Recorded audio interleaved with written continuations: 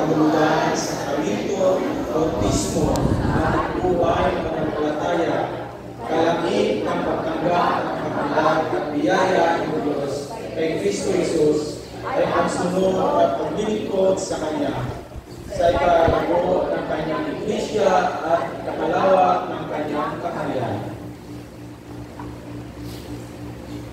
Sa ating pagdiriwang ng linggo ng pagbautismo ng Panginoon, ating alalahanin ang ating tinanggap na bautismo.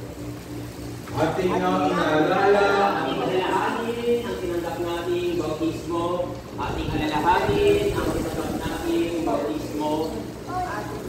Ating alalahanin ang tinanggap nating bautismo. Ating alalahanin ang tinanggap nating bautismo. Ating ang alalahanin ang tinanggap nating bautismo. Ating alalahanin ang tinanggap nating bautismo.